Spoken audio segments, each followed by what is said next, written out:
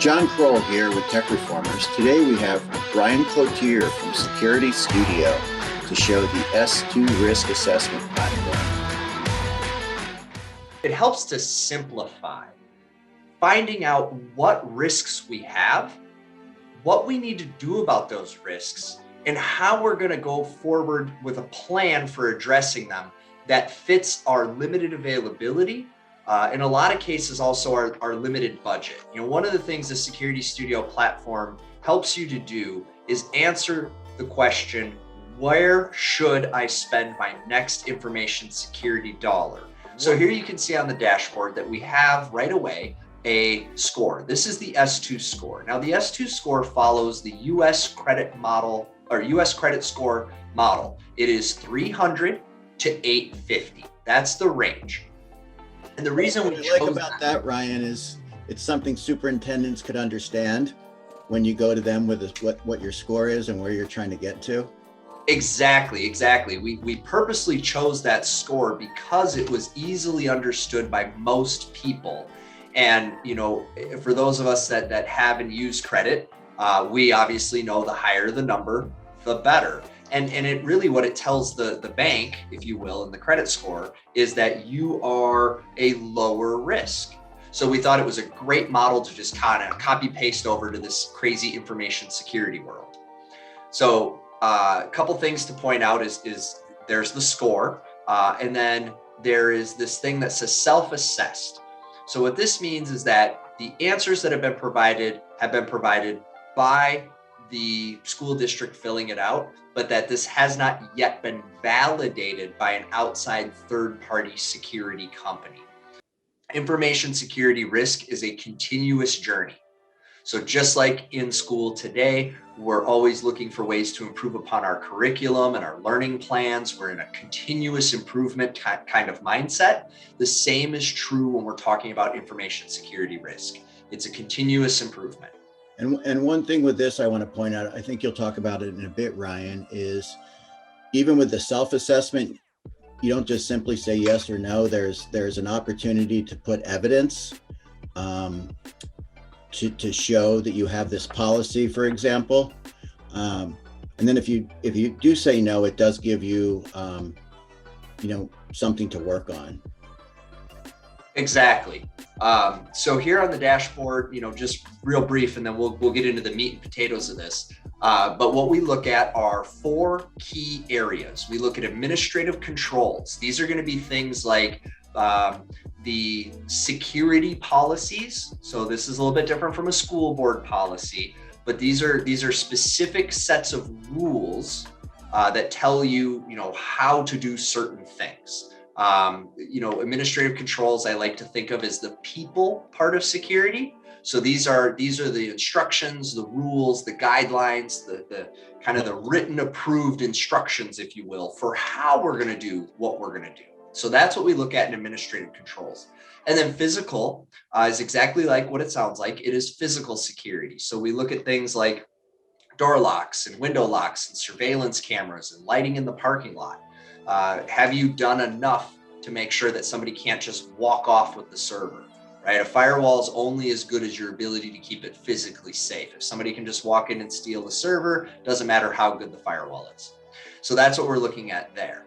And then internal technical controls, these will be things like firewalls, antivirus, anti-malware, patching and updating the computers, those types of things. External technical is going to be those things like, do you have an intrusion prevention system, an intrusion detection system? How exposed are you to the internet? How easy would it be for the bad guys to get in through the internet? And then lastly, scans, and this refers to vulnerability scanning data. So if you do have Qualys or Nessus, those are the 2 scanners that we support today. We can actually take your vulnerability scan data, ingest it, and then that will become part of your overarching score. And then Ryan, one thing I want to mention here is in K-12, the NIST framework is a quite popular one to be following. And you have a report that I'm sure you'll show at the end where these 4 control areas are aligned to NIST, and you can see how you did.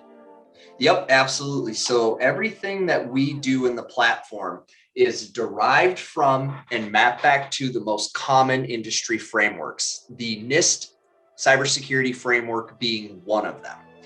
Security Studio platform really is intended to assess once and report many times. And so if you do have NIST, if you're looking to align to NIST, we do have a customized NIST report here.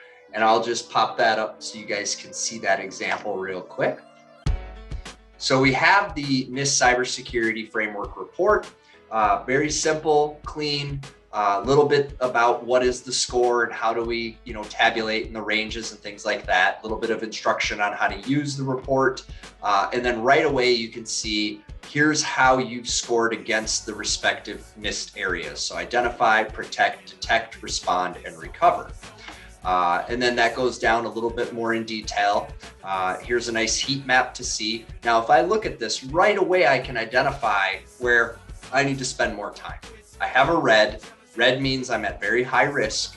So I'm probably going to invest some time here to get this to either an orange or a gray or a blue. Green is ideal, but green is very hard to achieve. So don't worry if you're not getting green. Blue is pretty darn good. And this is an area where district CTOs can work to get budget. They can, present this to the cabinet. It can be used for board meetings, that type of thing, to back up what you're doing and what you're asking for. So back in the S2 school here, we can go in and get into the questions. Now, as I had mentioned previously, all questions are true, false, and non-applicable. And here I want to draw your attention to your control score. So each set of controls gets a score. Those scores are then aggregated up to the overall S2 score for the district. But when I make a change here, so we'll see I'm going to change this one from true to false. And I want you to keep your eye on that control score. So as I make that change, you can see that score updated in real time. Now, the other nice thing is the name also changed and the date. So we track who made that change and when they made that change. So again, if you're watching that control score, it goes from a 771 down to a 719. And if I take it back to true, it pops back up to that 771. It also affects my overall maturity level. And this is something from CMMC. And we do expect to see more of CMMC rules and requirements being applied to those outside of the Department of Defense. From the last few weeks alone, we've seen a lot of really disruptive cyber attacks affecting our gasoline supply, affecting our food supply. We continue to see K-12 get hit over and over again. We just had another one earlier this week where they got hit and they had to close school. So it's becoming more relevant, and our tool's already built for that. So the nice thing is if you're in this platform, we are constantly keeping it up to date to reflect the current state of affairs, and we will continue to update these things, update the scoring and the questions as the landscape changes. So you could always be assured that you have the latest and greatest information. Because we realize that some of these questions might seem a little difficult, or possibly I need to talk to people to get answers. Maybe the person filling out the assessment isn't necessarily the tech person. We provide some good guidance on who might have answers to these questions. So we give you advice on who to talk to. If you're looking at the question and you're not quite clear on what it's asking for, or maybe there's some more detail you would like, every question has this little eye here. If you click that, we give you a deeper breakdown and explanation, as well as any links to relevant documents or frameworks that the question might be related to or drawn from. So it's a really nice way to manage it. It's very clean, very simple, and it's very detailed. Now, when we go back and look here, you'll notice up in the upper right hand, there's an L1, L2, and L3. What this means is the level of complexity. So we look at all 4 areas and we look at all the controls within those areas. So again, if we look here, there in phase 1, we've got 10 sections that we look at. But how deep we go in each section is relative to the level of the assessment. So level 1, we ask roughly 125 questions. At level 2, we ask the next level of detail on those controls. And at level 3, we go to the deepest level. And I believe level 2 is around 320 questions, and level 3 is like 670 some odd questions. Most districts, when they're getting started, I encourage them to do a level 1, get that down first. And then as you continue to grow and mature, you can move up to that next level. I generally discourage school districts, if they're just getting started, from starting at a level 3, because it does require a lot more effort before you start to get answers. So really doing that level 1, getting those first set of answers, starting to work on those items, sets you up in a better position to mature to the next level. The nice thing too is in the questions themselves, while this is not an audit tool, it does work really good for audit prep. So Right. let's say this is a great question. This is very relevant to K-12 right now. The district has transferred information security risk by obtaining insurance. If you don't have cyber liability insurance, go out and get yourself some. You're going to need it Right now. right now. But if I do have it, I can actually attach a copy of my policy right here. Now, later on, if somebody comes asking, hey, what are you doing about this? And what are you doing about that? I don't have to try to hunt through some file share or dig through my inbox. I can actually go right here in the tool and pull that up. So it's really nice and helpful. And again, same thing, real-time update. So if I say true, it's going to change that score. If I say false, it's going to change that score. And if I say non-applicable, it's neutral. So non-applicable is a neutral answer. And again, very easy. We also have a comments box. There are 2 types of comments you can make. Private comments. These are things that are kept internal. That's just like, hey, I need to follow up with so-and-so and find out what our policy coverage is. And then there's public comments, and these will actually go into the reports themselves. So public comments are viewable in the reports. Private comments are intended for internal use by the person filling out this assessment. So that's the question piece. Really where most folks are going to spend the majority of their time after they've completed answering the questions is here in the roadmap. So what we've done is gone ahead and prioritized and ranked your biggest risks. So anything in the to-do column here is a risk that needs some type of attention, whether that's to accept it, avoid it, transfer it, mitigate it. You do that within this. Now, this is a drag and drop as well, make it really easy to manage things. Every column except the done column is customizable. So you can write your own headers, you can add additional columns, you can add your own boards. So you can create custom work views. What's really nice here is that most security assessment platforms just give you an output, like an Excel sheet output or some kind of really dry and terrible set of documents that you have to then figure out how to turn into actionable work items. We've taken care of that for you. It's all pre-populated. You can see in the little gray circle, there's a point value. So that's how much your score will increase by addressing that particular issue. So let's just click into this one. Now, the nice thing is, here, again, you can select your risk action. So avoid it, reduce it, reject it, transfer, or accept it. You can set the priority, target dates for completion, estimated work efforts. You can assign human beings to this. You can add some notes. You can see who's previously worked on it. So it's a really easy way for you not only to manage your risk, to have that visibility, but to actually manage the work associated with addressing these risk items. And that's fairly unique to our platform. And then, you have this, you create custom tasks. There's all kinds of flexibility here for that. Now, one of the other features that is really helpful for K-12 is the sub-entity panel. We are working on a better name for this. This is a new feature we just put in. We will come up with something that's a little more friendly, but essentially what it allows you to do is look at each individual building, see that building's individual risk score, and then you can see how that rolls up to affect the whole district. That chart ties into the vulnerability tests that can be ongoing. So for instance, if you haven't patched your servers, that's going to cause that to go down. It's not just the questions and answers that you've done. Correct. And if you have that, like I said, that goes up and down. The other reason that you could have your score go up or down is if you add a new location, or if that location has had significant changes. Maybe you recently swapped out a technology, and so you need to reevaluate that technology. And for some, and ideally, the new technology should be less risky than the old technology. So you should hopefully see an increase in your score, but there are times where that potentially could also be a decrease in your score. So that the nice thing here is you can track things over time, and you can see how you're trending. So that really is kind of the S2 school in a nutshell. It's really clean, really simple. The idea is to accelerate you from the point of the questions, right? So gathering the information, and to really accelerate you to a point where you have an actionable plan. You know exactly what the highest risks are to focus on.